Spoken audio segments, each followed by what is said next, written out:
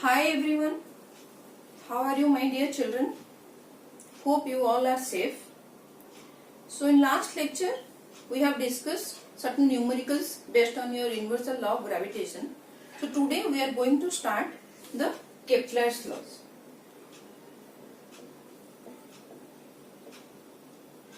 Kepler's laws of planetary motion.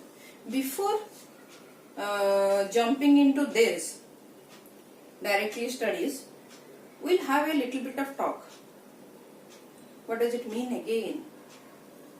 Let us discuss little bit of interesting history beyond this or behind these laws. Oh, you people might be thinking, for God's sake, no. Already you are making us to sleep with a boring physics lecture. Now again history? No, don't do this. For God's sake. Okay? But children, actually I always think if we know the history about something, why it has happened, then it will actually give us the clear idea what we are going to do today. That means, suppose why this earth is moving, why this universe happened. If you know how this universe has come, how this moon has this rotation around your earth, why it is happening. If you know the history, I think you can appreciate your presence. So this is very important to know your history. I know it is boring, for me also very boring, but I have learned with my age and experience. I am telling, knowing the history actually making you people confident about your presence. So I know कि you people are thinking why you are forcing to read all those things. We'll come to know soon. Okay? Actually, we are fortunate. We are very lucky. We are getting to know. We are getting that opportunity to know about all those things. What is happening around us and what is happening with us. Like why we are standing, why you are not flying always. Now I think you all can feel and realize why this is happening with us. Why we are not running all the time. Why we are standing at one place. Why if I am moving down a slope, why we are moving so fast. So all those things you are visualizing because of beautiful physics, because you are studying. You are lucky. Your parents are helping you people to study this. So you know the origin, why this is happening, why this is happening. So you can realize and feel and visualize these things. So it is making it more interesting and easy for you people. But do you know, so many kids are still there. So many kids are still there. They are not lucky enough like you people children. They are very eager to know. But due to certain problem, they couldn't. They are not getting that opportunity to learn about all those things. Really, I am thinking in that line. Hope you will appreciate how fortunate you are and you will work on it. You will not think this is boring, this is burden studying. Actually, you are lucky. Your parents are helping you to learn more. And with that note, I am hoping this video will reach to those kids one day, and it will help those kids to understand more, to know more about our world. Hope I am making sense. So coming back to the topic, before Kepler's law, from where we got these laws, I am going to get into little since history is there in your NCERT book. Okay? So what happened, children? In Greece, actually, so many people has worked on this earth, how this earth has happened, how universe has happened, how moon is revolving, how sun is revolving. So many theories have been developed and studied. Okay, we are only you can say ki we are gifted by all this theory. We are lucky. We are not working, but still we are getting to know so many things because those people have worked hard to give us such beautiful theory. Actually, around 140 AD, Ptolemy, one scientist, what he has discovered, what he has suggested Earth is at center and the planet, the stars, the sun, you can say the whole universe revolves around the Earth. Ptolemy told those things, and that is known as geocentric theory. Geo means geography, your Earth. So, geocentric theory suggested by whom? Suggested by Ptolemy. Around 140 AD. See how many years back. Okay. And after around 1005 years after this, Copernicus. What Copernicus? He is such an amazing scientist. You can say physicist. Okay? Copernicus. He has stated that no, Earth is not at center, Sun at the center, and the whole universe is moving around the Sun. So what theory he has given? He has given heliocentric theory. Okay?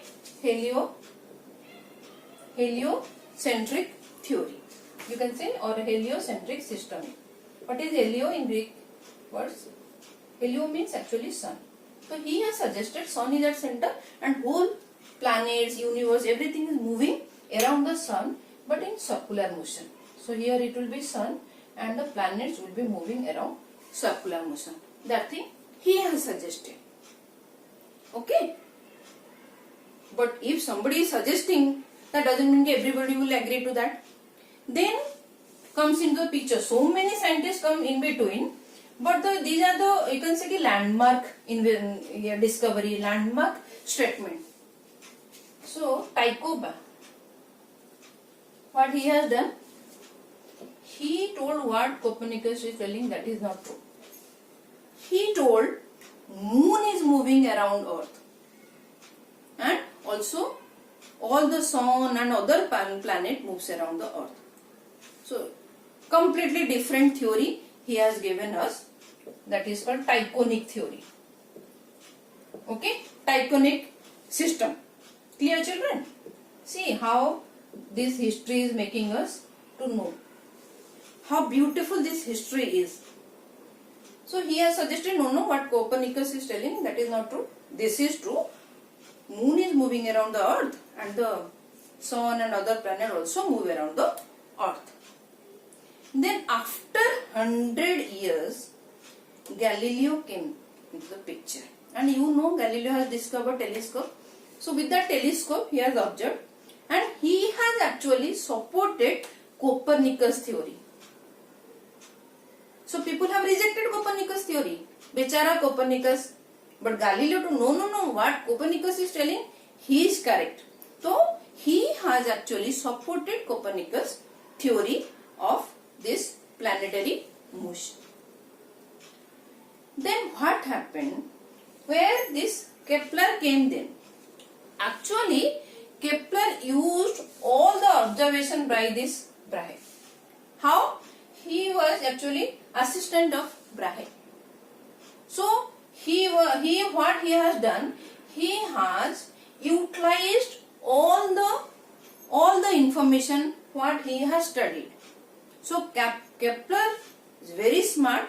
He used the observation of Brahe and gave us the laws which is based on a Newton's universal law of gravitation.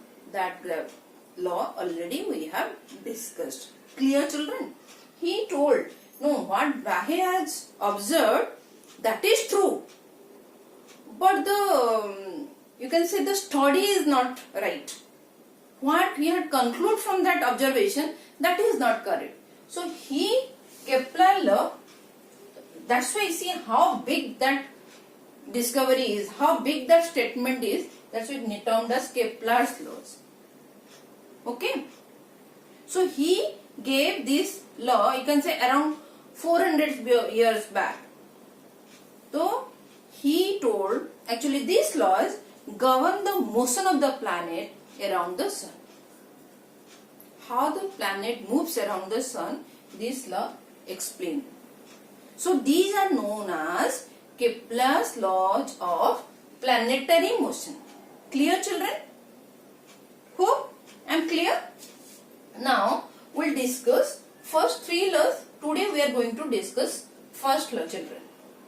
You can tell this first law is actually your law of orbits. Law of orbits. What is this law of orbits? Acha.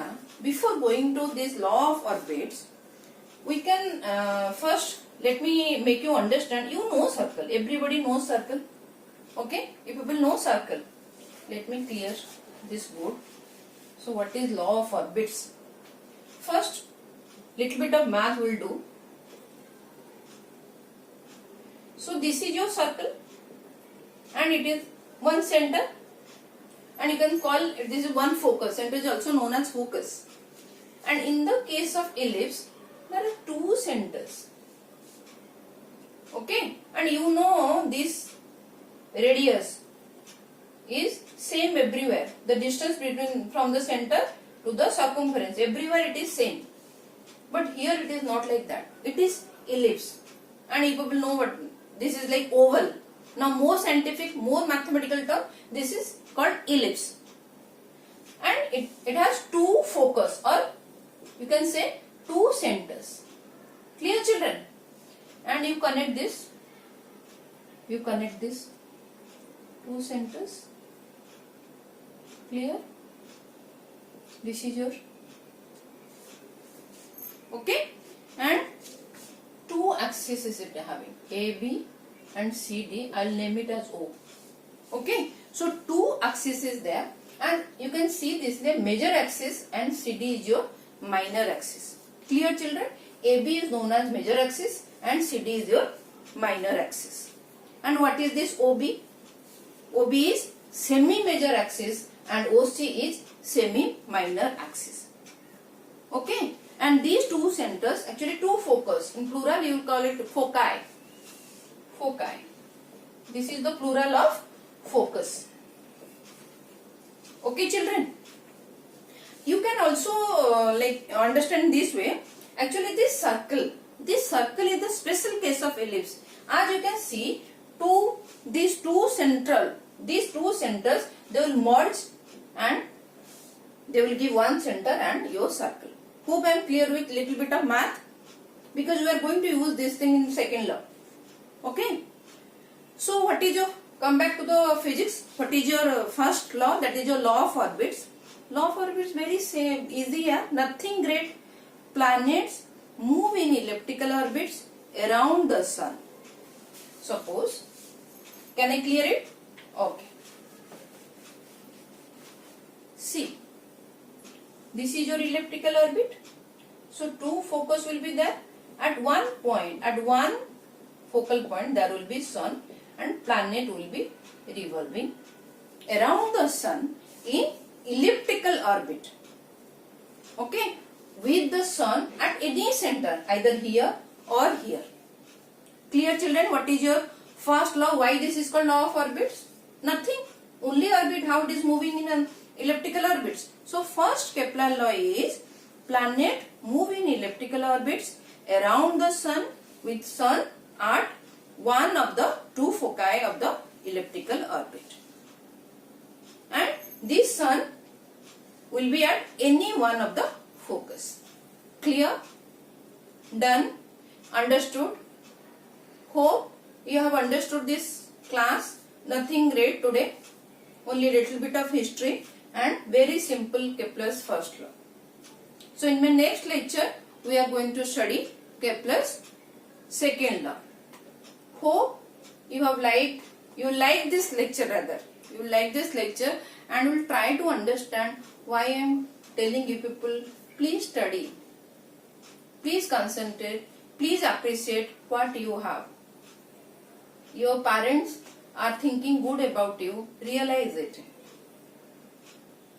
And maybe you will not realize right now. After some years, definitely you are going to realize it. hope that relation should be good experience. So please study. Take care children. Stay safe. Thank you for watching.